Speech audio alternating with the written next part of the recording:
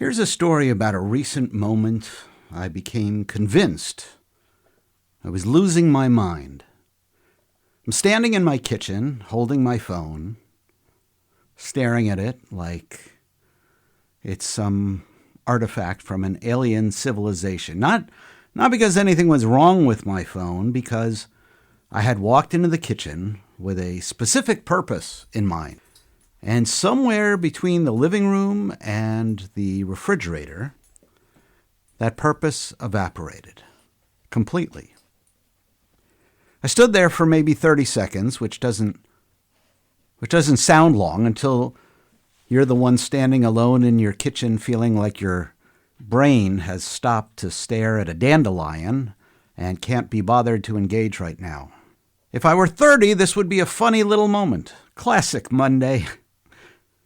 But I'm nearly 60. And at 59, forgetting why you walked into the kitchen doesn't sound like a punchline. It feels like a press conference. Your brain doesn't say, "You got distracted."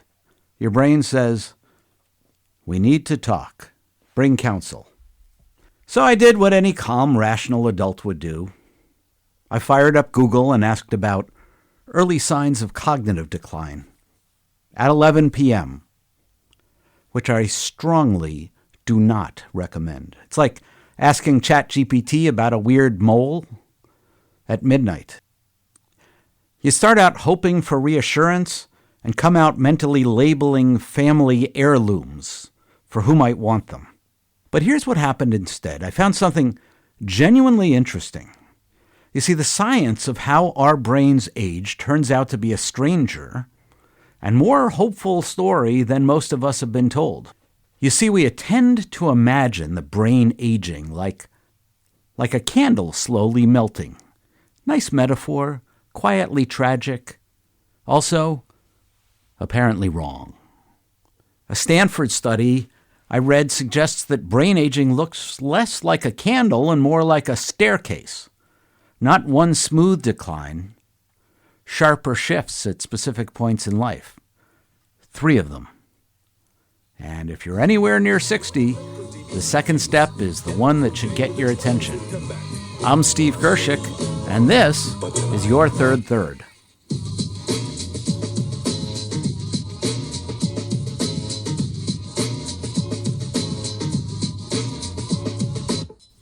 Welcome back to you, or welcome if this is your first time here. This show is for people who've realized that "I'll figure it out later" is not actually a life plan. Today, we're talking about what actually happens to your brain after 50, why a lot of the story we've been told is incomplete, and what can we do about it? That's the part that I care about. I'm not that interested in existential dread, unless it comes with a user manual for resetting it. A quick note for the new listener before we go further. I'm not a neuroscientist, but I do know how to take complicated information and make it understandable, on my better days anyway. So I'm going to tell you what the research says. I'm going to tell you what I think it means, and I'm going to try not to mix those things together like a smoothie with fruit and meat.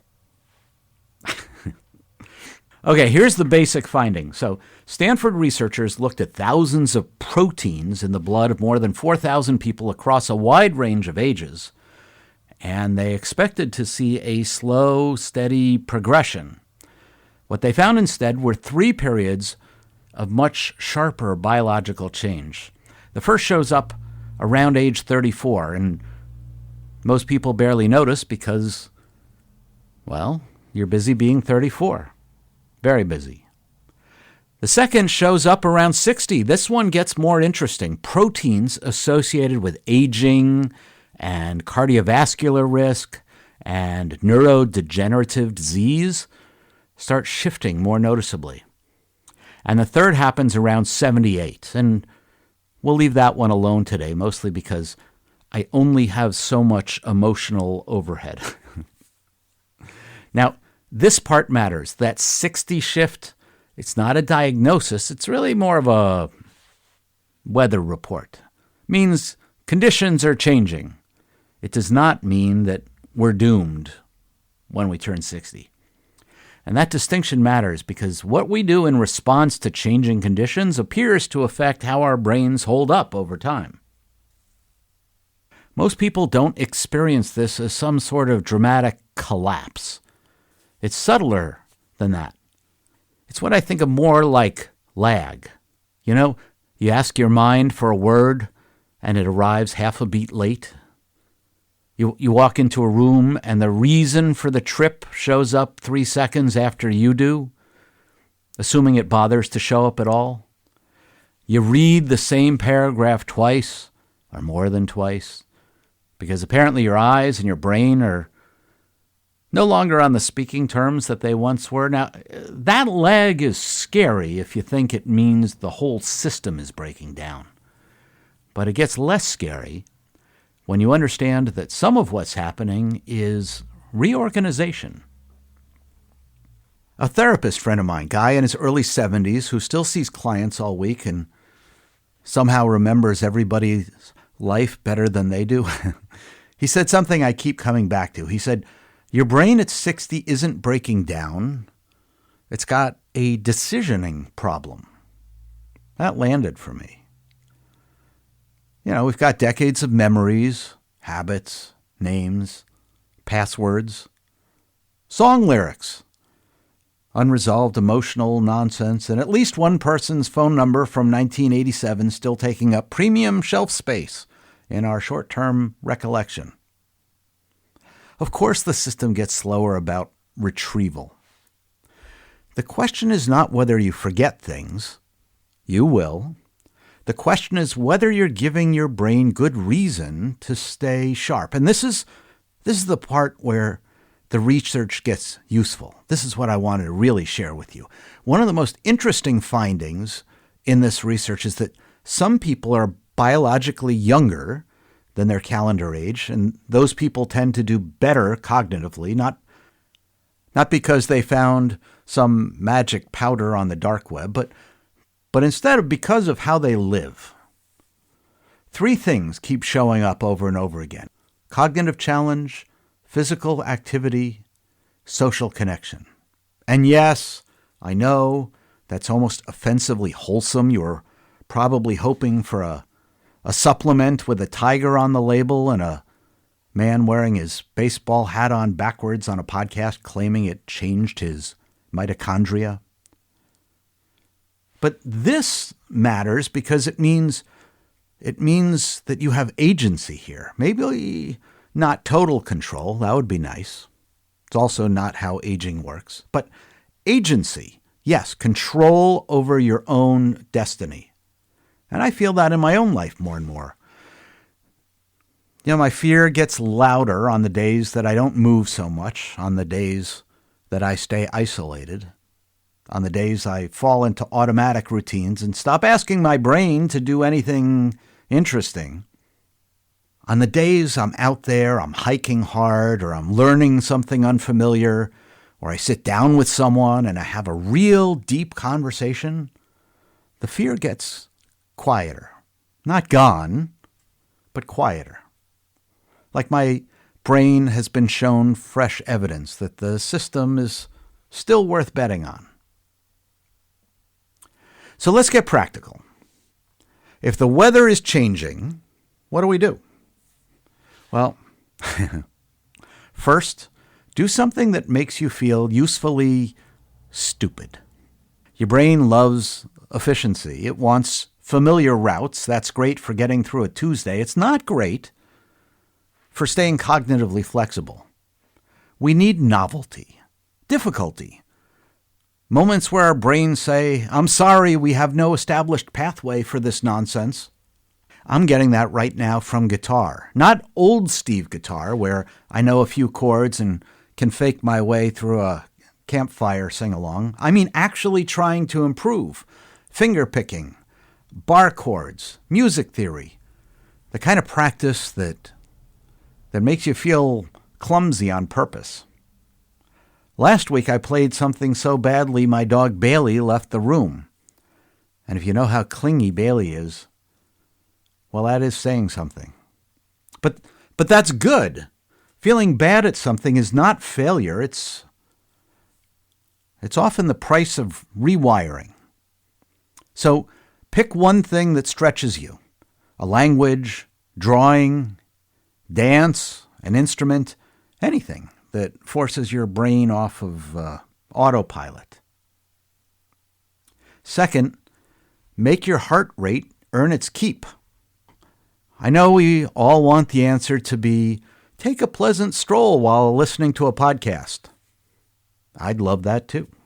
But your brain seems to benefit when your cardiovascular system has to do some actual work. More blood flow, more metabolic demand, more evidence that the organism is still in the game. For me lately, that's been hiking hills, real hills, the kind where if someone asked you a question, you'd have to say, I'd love to answer that when I'm less near death. But I noticed the difference. Less fog, better word retrieval, more of that feeling that the lights are on and somebody reasonably competent is home. 3 times this week, do 10 minutes of something that gets your heart rate up. All right, third, have one conversation that requires you to show up. This one gets overlooked because it sounds soft. It isn't. Social interaction is cognitively demanding. You're listening, you're reading tone, you're tracking emotion, you're managing your own reactions, staying present, hopefully. That's a workout. For me, this happens in my men's group. There are nights when I'd rather stay home and read nonsense on the internet. Every time I go to men's group and really listen, I can feel it calling more of me forward. So this week, have one real conversation. Not texts, not logistics. Ask somebody a question you've never asked them before, and then listen all the way through their answer. Listen like your brain depends on it, because in part, it does. I think this is what hits me the hardest about all of this. You see, in the first third of your life, your brain grows because everything is new. And in your second third, your brain specializes.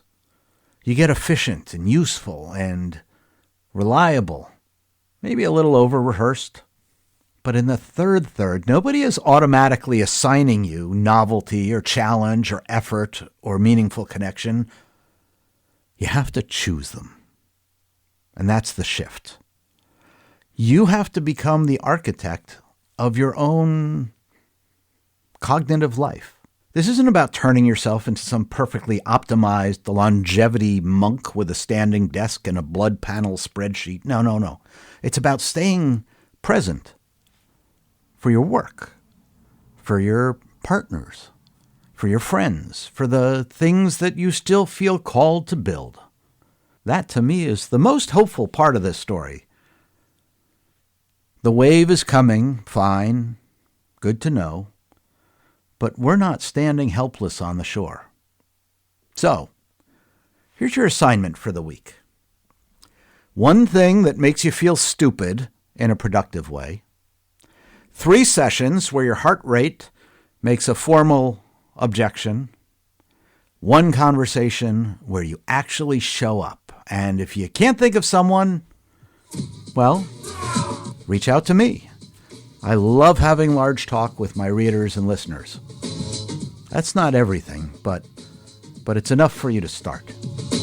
And if you try any of it, write to me. I'm Steve at yourthirdthird.com, and I read every email I receive. And if you're someone who's in the middle of this, thinking about what your own third looks like, what's changing, what scares you, what you're trying to build, I'd love to hear from you too. Some of the best conversations start with someone saying, I don't have it figured out, but here's what I'm noticing.